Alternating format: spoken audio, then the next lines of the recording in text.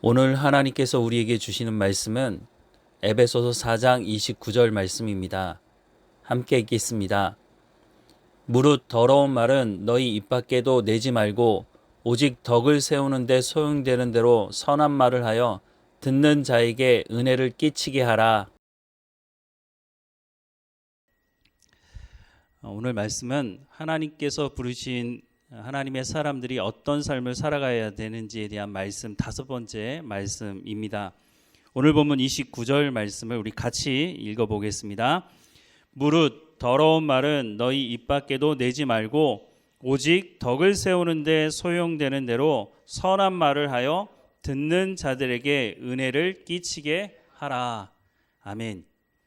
뭐라고 말씀하시냐면 무릇 더러운 말은 너희 입 밖에도 내지 말라라고 말씀합니다.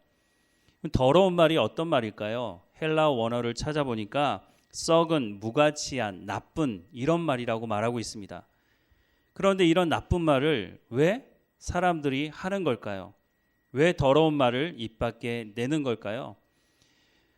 더러운 말을 하는 중요한 이유 중에 하나는 다른 사람을 더럽히려고 하는 말이라고 하는 것입니다.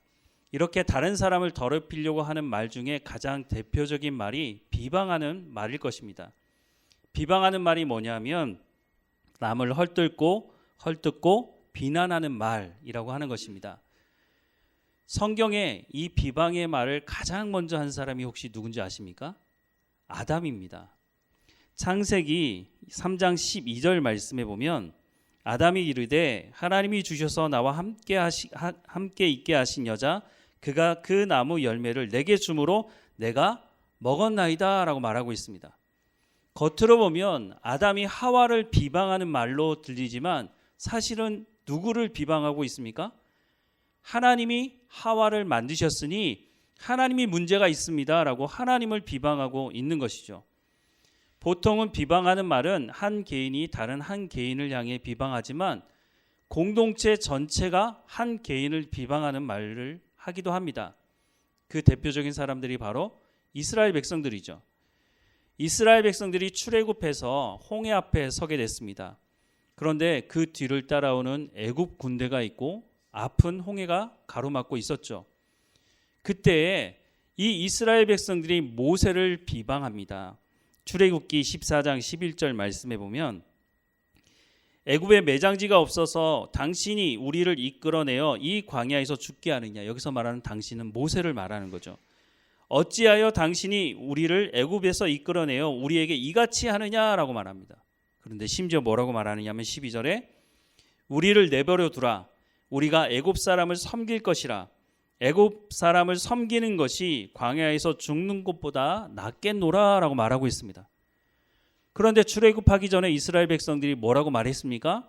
출애굽기 2장 23절 말씀에 보면 여러 해 후에 애굽 왕은 죽었고 이스라엘 자손은 고된 노동으로 말미암아 탄식하며 부르짖으니 그 고된 노동으로 말미암아 부르짖는 소리가 하나님께 상달된지라라고 말씀합니다. 너무너무 살기 힘드니까 하나님 우리를 구원해달라고 그렇게 말했던 사람들 아니었습니까? 이 사람들이 하나님의 전적인 은혜를 경험하고 지금 홍해까지 나와 있는데 이 사람들이 지금 뭐라고 말했다고요? 우리가 애굽으로 돌아가는 게 차라리 낫겠다. 여기서 속된 말로 개죽음 당하는 것보다 애굽으로 가서 힘들지만 노예 생활하는 게 훨씬 더 낫겠다라고 말을 하고 있는 것입니다. 그런데 이스라엘 백성들이 이렇게 말하는 게 합당한 말일까요? 이런 비방의 말은 한 번으로 끝나지 않았습니다.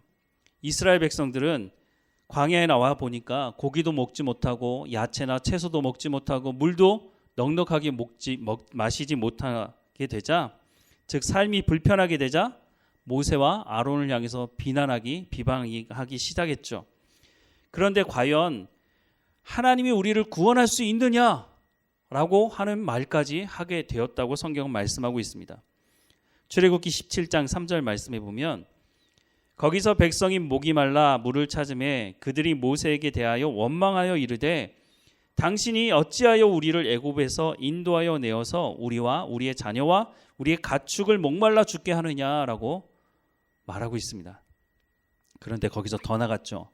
출애굽기 17장 7절에 보니까 그가 그곳 이름을 마사 또는 무리바라 불렀으니 이는 이스라엘 자손이 다투었음이요 또는 그들이 여호와를 시험하여 이르기를 여호와께서 우리 중에 계신가 안 계신가 하였음이었더라 라고 말씀하고 있습니다. 이스라엘 백성들이 자기 생활이 불편해지자 어떻게 했다고요? 하나님이 우리를 구원할 분이 맞는지 아닌지, 우리 가운데 계신지 안 계신지 우리가 시험해 보겠다는 것입니다. 다른 사람은 몰라도 이스라엘 백성들은 이렇게 말하면 안 되는 것 아닐까요? 이스라엘 백성들이 여기까지 그냥 왔습니까? 애굽에서 10가지 재앙을 직접 보고 경험하지 않았습니까? 이 사람들 이렇게 말하는 그날 홍해를 건너서 하나님 주시는 만나를 먹고 불기둥과 구름기둥의 인도함을 받고 있는 현장에 있었다는 것입니다. 자신이 직접 보고 경험했음에도 불구하고 하나님이 우리와 함께 계시는지 안 계시는지 몰라서 그랬을까요? 이 사람들이 원망하고 불평하고 비방하기 시작하는 것입니다. 그런데 여기서 끝나지 않고 비방의 결정판이 기록된 말씀이 민수기 13장과 14장 말씀입니다. 민수기 14장 1절부터 5절 말씀에 보면 온 회중이 소리를 높여 부르짖으며 백성이 밤새도록 통곡하였더라. 이스라엘 자손이 다 모세와 아론을 원망하며 온 회중이 그들에게 이르되 우리가 애굽 땅에서 죽었거나, 이 사람들 말만 꺼내면 이런 얘기를 계속 반복하고 있죠.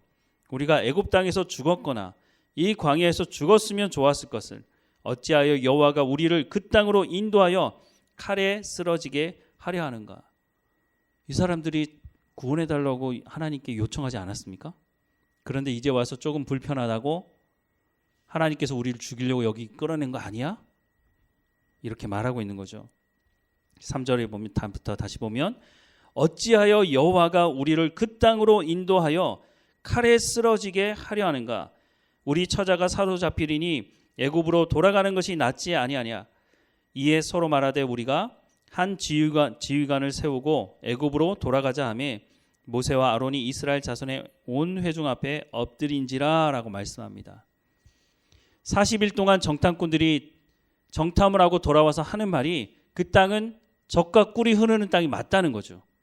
그런데 우리가 그 땅에 들어가면 다 죽게 된다고 말하고 있습니다. 왜냐하면 그 땅에 가보니까 거인들이 살고 있었거든요. 그래서 우리가 그 땅에 들어가는 것은 우리 스스로 죽음으로 들어가는 길이다 라고 말을 하니 온 백성이 이 말을 듣고 밤새도록 통곡하였다고 말씀을 하고 있습니다. 처음에는 모세만 원망했습니다. 당신이 우리를 이끌어냈기 때문에 우리가 이렇게 죽게 됐다고 말했는데 이제는 뭐라고 말하겠다고요? 3절 말씀에 어찌하여 여호와가 우리를 그 땅으로 인도하여 칼에 쓰러지게 하려 하는가 라고 말하고 있습니다. 이제 대놓고 하나님을 향해서 비방하기 시작했습니다.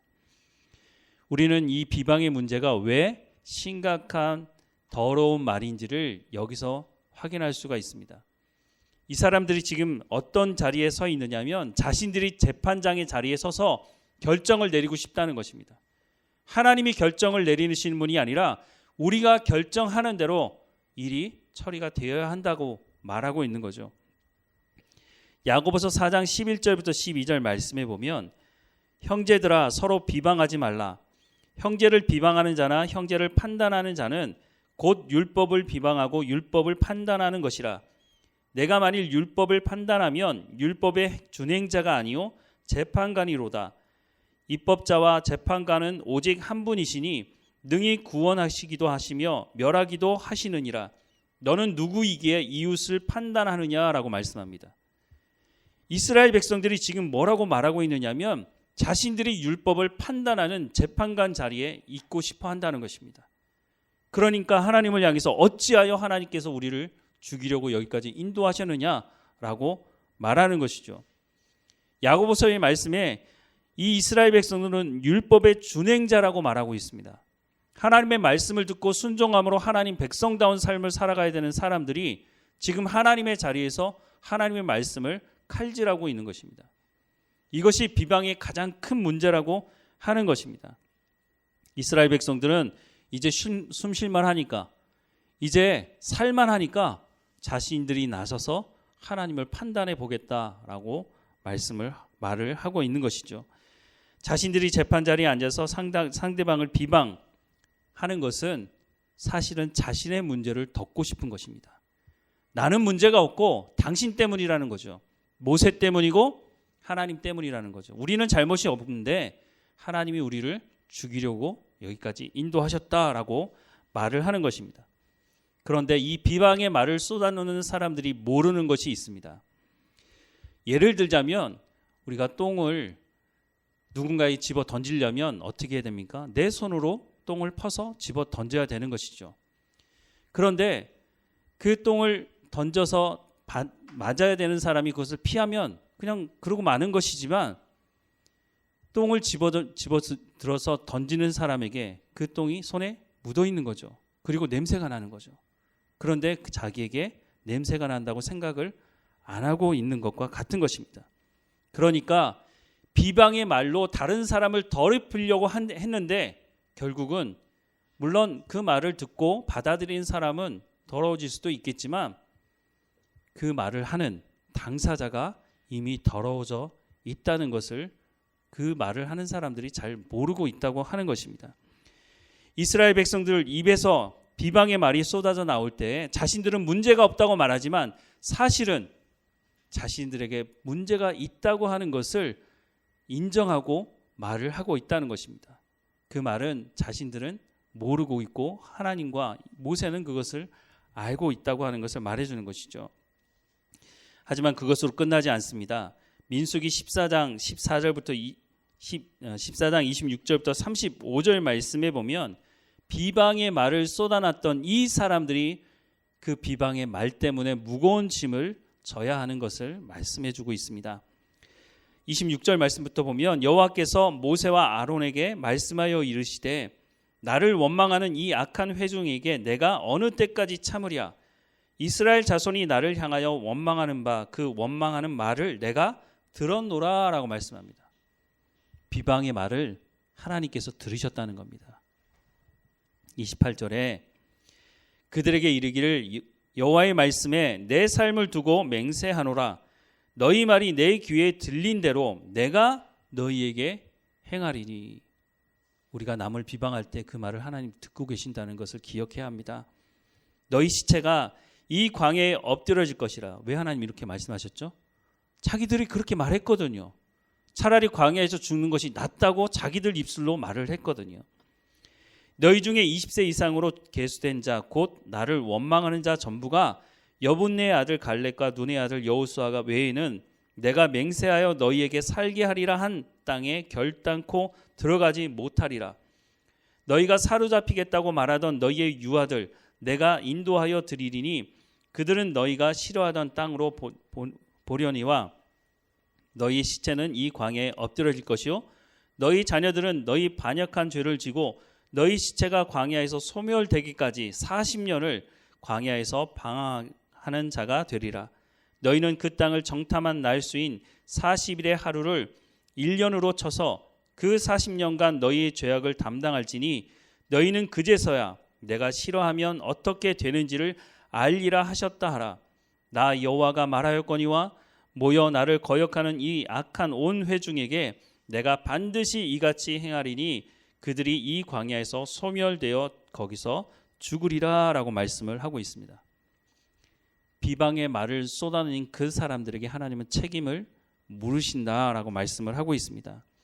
하나님의 부름받은 사람들은 하나님의 말씀에 순종함으로 하나님의 백성다운 삶을 살아가라고 말씀하고 있습니다. 그런데 그 사람들이 비방의 말을 쏟아놓자 하나님은 그것에 대한 책임을 물으신다라고 말씀을 하고 있는 것입니다.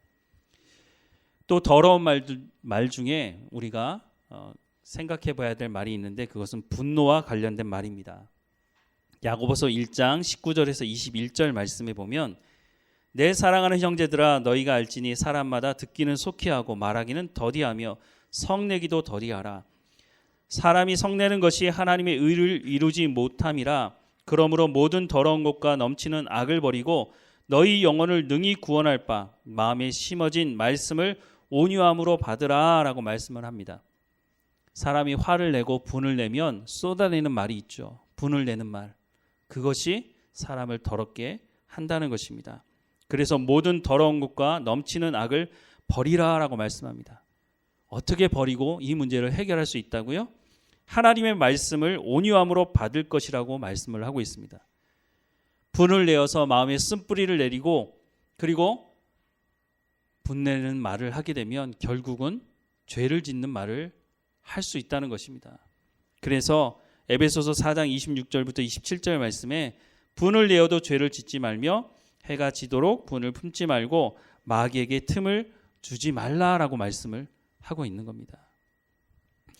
또 잠언 15장 1절 말씀에 보면 유순한 대답은 분노를 쉬게 하여도 과격한 말은 노를 격동하느니라. 화를 냈을 때는요, 말을 안 하는 것이 낫습니다. 화가 났을 때 말을 하게 되면 상대방과 싸움이 일어나게 되죠.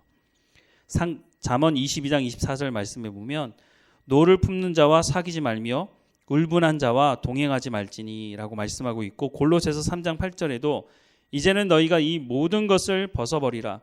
곧 분함과 노여움과 악의와 비방과 너희 입에 부끄러운 말이니라 라고 말씀을 하고 있습니다.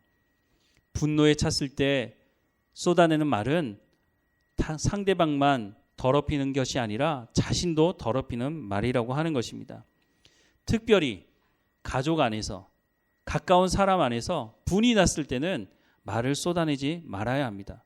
부모가 자녀를 향해서 분한 마음이 생겼을 때, 화가 났을 때, 또 자녀도 부모를 향해서 화가 났을 때 그때 말을 쏟아내게 되면 그 말이 평생 씻을 수 없는 상처가 되기도 하고 관계를 깨는 말이기도 하는 것입니다.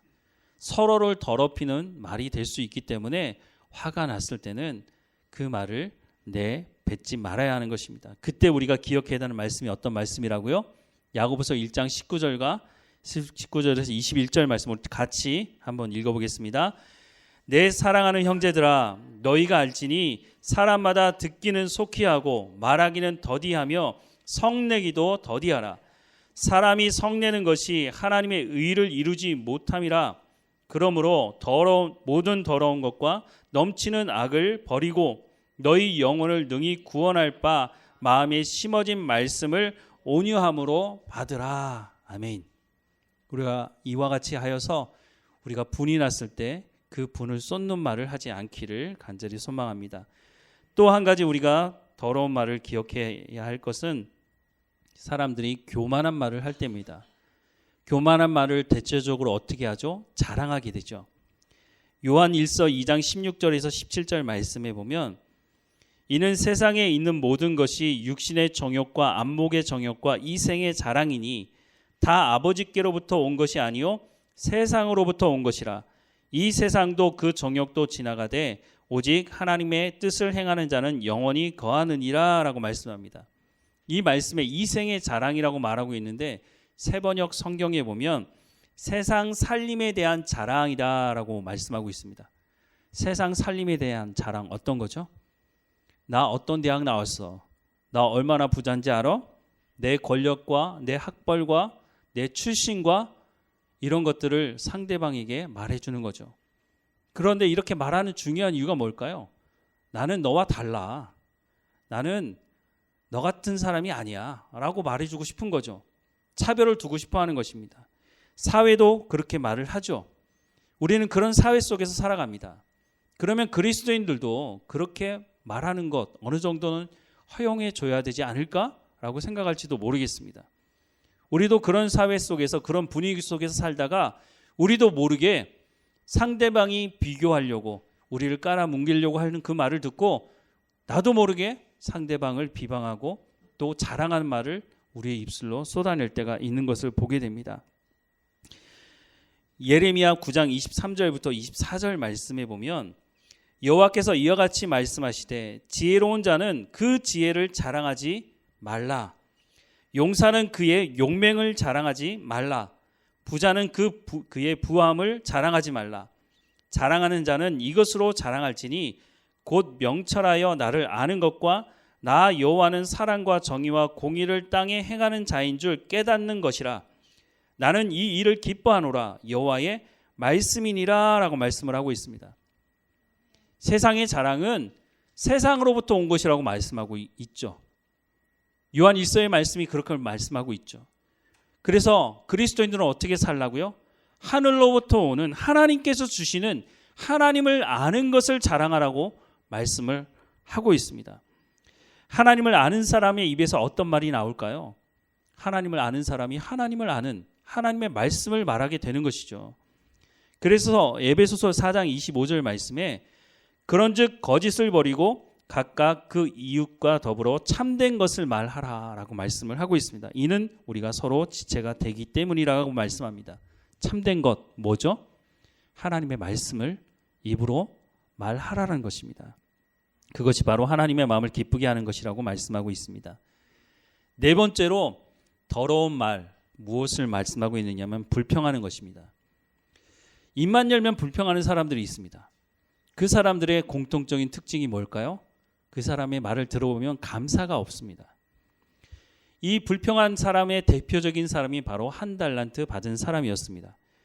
한 달란트 받은 사람은 주인을 향해서 불안당 같은 사람이라고, 일만 부려먹는 사람이라고 그렇게 말을 하죠.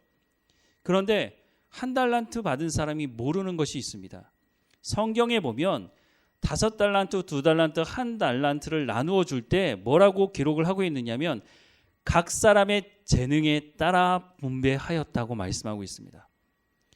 각 사람을 알고 있기 때문에 그 종들이 어떤 성격이고 이 사람에게는 얼마나 맡겨야 되는지를 주인이 너무 잘 알고 있었다는 거죠. 그런데 이 1달란트 받은 사람은 종에 대해서 전혀 모르고 있습니다. 그러니까 종이 이 주인을 향해서 불안당 같은 사람이라고, 나를 부려먹는 사람이라고만 말을 하는 것입니다. 이 1달란트 받은 사람에게 5달란트를 주면 어떤 일이 일어날까요?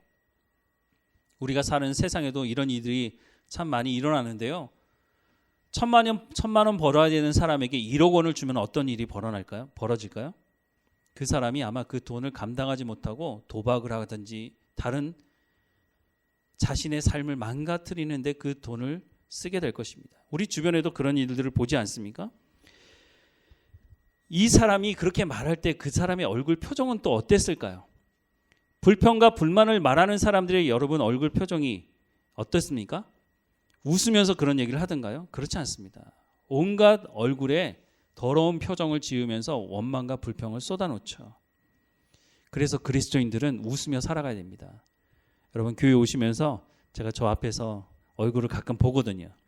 대부분 다 웃고 들어오시는데 예배 딱 들어오기 전에 싸움하다가 들어오신 것 같은 표정을 가지고 들어오시는 분이 계세요. 그리스도인은 그렇게 살면 안 된다고 말씀하고 있습니다. 자기 스스로를 더럽히는 말을 하지 말라는 것이죠. 사도 바울이 빌립보 교회를 향해서 이런 말씀을 했습니다. 빌립보서 4장 11절부터 13절 말씀에 내가 궁핍함으로 말하는 것이 아니니라. 어떤 형편에든지 나는 자족하기를 배웠노니 나는 비천에 처할 줄도 알고 풍부에 처할 줄도 알아. 모든 일 곧 배부름과 배고픔과 풍부와 궁핍에도 처할 줄 아는 일체의 비결을 배워노라. 내게 능력 주시는 자 안에서 내가 모든 것을 할 수 있느니라 라고 말씀합니다. 불평을 말하자고 한다면 사도 바울만큼 불평을 많이 말할 사람이 있을까 싶습니다. 왜냐하면 사도 바울이 예수님 만나고 완전히 삶이 바뀌었습니다. 사람들은 성공하기 위해서 무슨 신들을 찾고 그렇게 하는데 사도 바울은 예수님 만나고 완전히 삶이 엉망이 된 것처럼 보입니다. 왜냐하면 사도 바울이 이렇게 말합니다. 고린도 후서 11장 23절부터 27절에 그들이 그리스도인의 일꾼이냐 정신없는 말을 하거니와 나는 더욱 그러하도다. 내가 수고를 넘치도록 하고 옥에 갇히기도 더 많이 하고 매도 수없이 맞고 여러 번 죽을 뻔하였으니 유대인에게 40에 하나 감한 매를 5번 맞았으며 3번 태장에 맞고 1번 돌에 맞고 3번 파선하고 일주야를 깊은 바다에 지냈으며 여러 번 여행하면서 강의 위험과 강도의 위험과 동족의 위험과 이방인의 위험과 시내의 위험과 광야의 위험과 바다의 위험과 거짓 형제 중에 위험을 당하고 또 수고하며 애쓰고 여러 번 자지 못하고 줄이며 목마르고 여러 번 굶고 춥고 헐벗어노라 라고 말하고 있습니다. 사도 바울이 어떤 사람이었습니까? 당시에 유대에 세계 학파가 있었는데 가말리엘이라고 하는 그 사람 밑에서 공부하면서 수제자로 다음 최고의 학자로 인정받는 사람이었습니다. 예수님 만나지 않았다면 잘 먹고 잘 살았겠죠. 그런데 예수님 만나고 어떻게 됐습니까? 조금 전에 읽었던 말씀을 통해 알 수 있지만 온갖 고난을 다 당하며 살았습니다. 불평을 말하자면 사도 바울만큼 불평을 말할 사람이 있을까 하는 생각을 하게 됩니다. 그런데 이 사도 바울이 불평하지 않습니다. 내가 잘 살든지 못 살든지 내가 그리스도 안에서 자족함을 배웠다라고 말하고 있습니다. 사도 바울이 당한 그 고난이, 그 고통이 예수 그리스도로 말미암아 구원받은 것을 대체할 수 없는 것이다라고 하는 것을 분명히 고백하고 있다는 것입니다. 빌립보서 1장 20절부터 21절 말씀에 보면 나의 간절한 기대와 소망을 따라 아무 일에든지 부끄러워하지 아니하고 지금도 전과 같이 온전히 담대하여 살든지 죽든지 내 몸에서 그리스도가 존귀하게 되게 하려 하나니 이는 내게 사는 것이 그리스도니 죽는 것도 유익함이라 라고 말씀을 하고 있습니다. 사도 바울은 상황에 따라 변하는 상대적인 감사를 말하는 것이 아닙니다.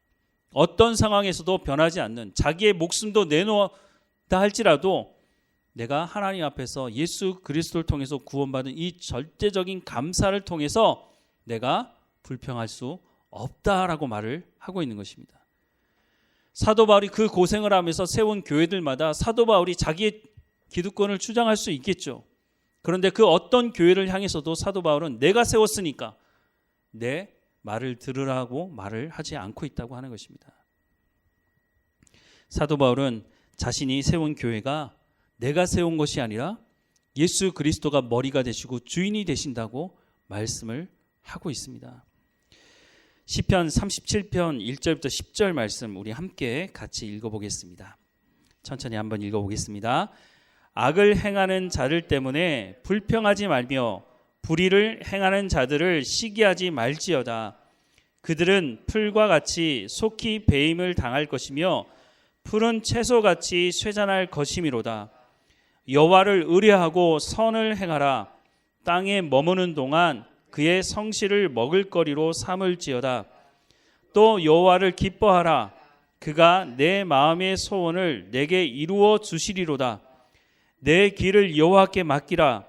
그를 의지하면 그가 이루시고 내 의를 빛같이 나타내시며 내 공의를 정오의 빛같이 하시리로다. 여호와 앞에 잠잠하고 참고 기다리라. 자기 길이 형통하며 악한 꾀를 이루는 자 때문에 불평하지 말지어다. 분을 그치고 노를 버리며 불평하지 말라. 오히려 악을 만들 뿐이라. 진실로 악을 행하는 자들은 끊어질 것이나 여호와를 소망하는 자들은 땅을 차지하리로다. 잠시 후에 악이 내가 그곳을 자세히 살필지라도 없으리로다. 아멘. 제가 다시 한번 읽어볼까요? 악을 행하는 자들 때문에 불평하지 말며 불의를 행하는 자들을 시기하지 말지어다. 우리가 언제 더러운 말을 쏟아내게 됩니까? 우리를 공격하고 악을 행하는 사람들을 보게 될 때입니다.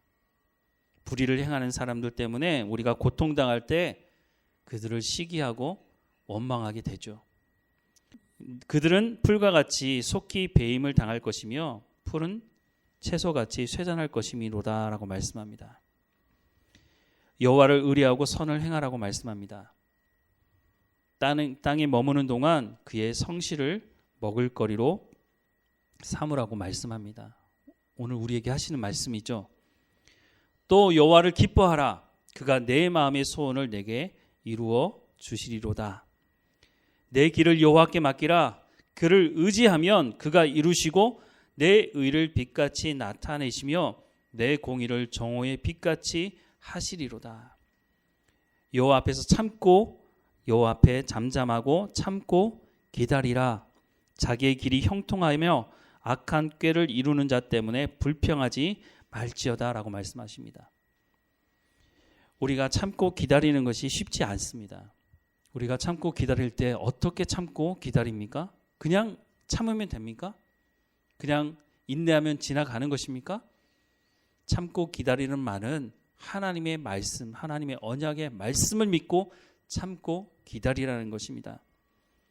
분을 그치고 노를 버리며 불평하지 말라. 오히려 악을 만들 뿐이라고 말씀합니다. 그렇죠. 우리가 분을 내고 노를 내며 불평하고 원망하는 말을 쏟아내게 되면 결국은 악을 만들 뿐이라고 말씀하고 있습니다. 진실로 악을 행하는 자들은 끊어질 것이나 여호와를 소망하는 자들은 땅을 차지하리로다. 잠시 후에는 악인이 없어지리니 내가 그곳을 자세히 살필지라도 찾지 못하게 될 것이라고 말씀하고 있습니다. 이것은 하나님의 언약의 말씀입니다. 그래서 우리가 이 말씀을 기억하면서 우리의 입술로 더러운 말을 쏟아내지 말라고 말씀하고 있는 것입니다. 사랑하는 여러분, 우리가 살다 보면 원망하고 불평하는 사람, 더러운 말을 쏟아내는 사람 우리 옆에 있을 수 있습니다. 그러면 그 말을 듣다 보면 우리도 모르게 함께 우리가 더러운 말을 쏟아낼 때가 있다는 겁니다.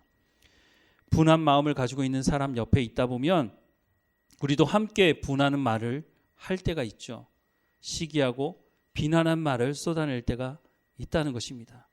그때 그 자리를 피하든지 아니면 하나님의 언약의 말씀을 붙들고 내 입을 닫아야 한다고 말씀해 주고 있는 것입니다. 잘못하면 우리가 하나님의 언약의 말씀을 붙들고 살아가는 삶이 아니라 그 사람들과 동일하게 세상을 판단하는 하나님께서 재판관으로 계셔야 되는 그 자리에 우리도 모르게 올라서서 세상을 판단하고 이웃을 판단하는 일이 벌어질 수 있다고 하는 것입니다. 야고보서 3장의 말씀에 보면 이 말에 대한 말씀을 기록하고 있는데 우리 천천히 한번 같이 읽어보겠습니다. 같이 읽겠습니다. 내 형제들아, 너희는 선생된 우리가 더 큰 심판을 받을 줄 알고 선생이 많이 되지 말라.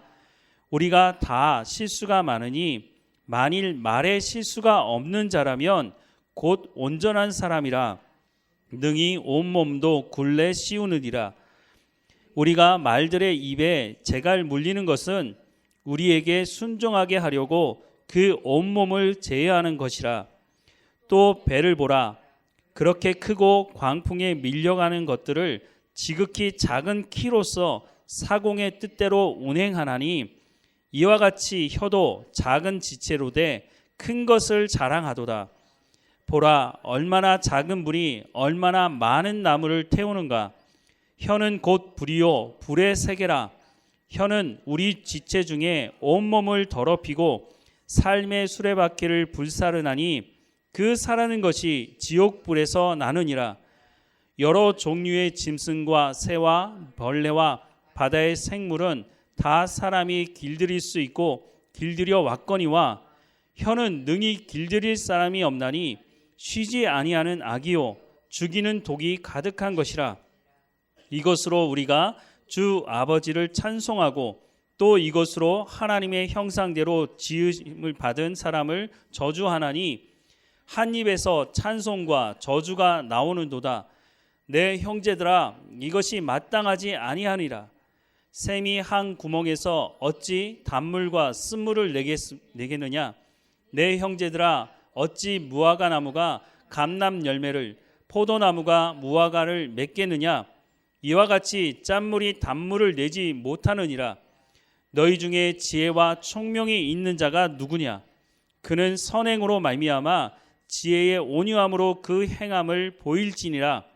그러나 너희 마음속에 독한 시기와 다툼이 있으면 자랑하지 말라.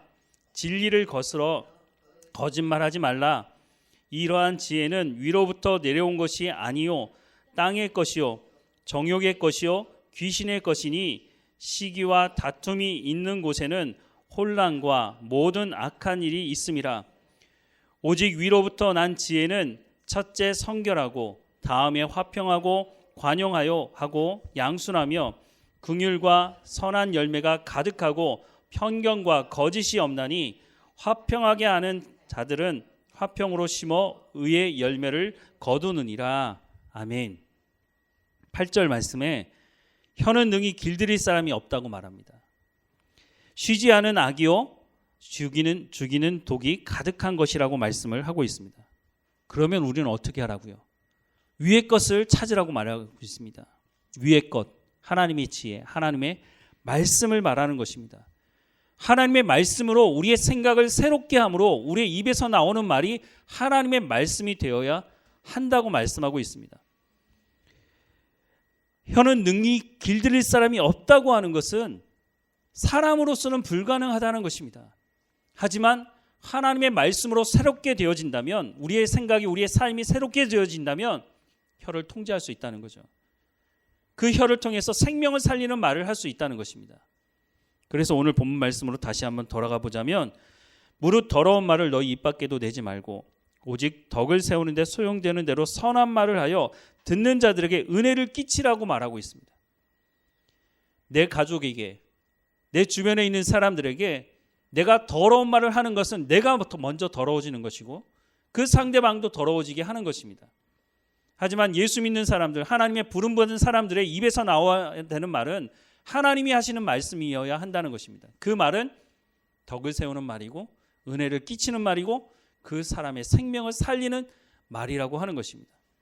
하나님의 부름받은 사람들은 하나님의 말씀을 통해서 새롭게 되므로 더러운 말을 쏟아내는 것이 아니라 하나님의 말씀을 전함으로 말미암아 나도 살리고 상대방도 살리는 삶을 살아야 된다고 말씀해 주고 있습니다. 예수님이 우리의 생명을 살리기 위해 말씀을 하셨던 것처럼 우리도 우리의 이웃과 내 자신과 내 가족을 살리는 말을 내 입술을 통해서 쏟아내는 하나님의 은혜를 끼치는 우리의 삶이 되기를 주님의 이름으로 축원합니다. 사랑하는 하나님, 무릇 더러운 말은 너희 입 밖에도 내지 말고 오직 덕을 세우는 데 소용되는 대로 선한 말을 하여 듣는 자들에게 은혜를 끼치라고 말씀하신 이 말씀에 순종하기 원합니다. 때로는 분노하고 때로는 원망하고 때로는 불평하며 하나님 잘못된 말을 쏟아냈던 우리의 삶을 불쌍히 여겨 주옵소서. 하나님, 우리가 그런 자리에 있던 사람들이었지만 예수 그리스도의 은혜로 말미암아 우리의 죄를 용서하시고 하나님 자녀 삼아 주셨으니 하나님 위로부터 오는 지혜, 하나님의 말씀을 우리 가운데 부어 주옵소서. 성령을 통해 우리를 진리 가운데로 인도해 주시고 하나님의 말씀을 깨달아 알 수 있도록 인도해 주셔서 우리가 입을 열 때 덕을 세우며 상대방의 생명을 살리는 말을 선포하며 하나님 우리도 새로워지며 우리도 살리는 말을 행하는 삶을 살아갈 수 있도록 인도해 주옵소서. 하나님, 우리를 만나는 사람들이 우리를 통해 들려지는 그 복음의 말씀을 통해서 생명이 살아날 수 있도록 하나님 은혜를 베풀어 주옵소서. 하나님, 우리를 새롭게 하시고 인도하실 하나님께 감사드리고 예수님의 이름으로 기도드립니다. 아멘.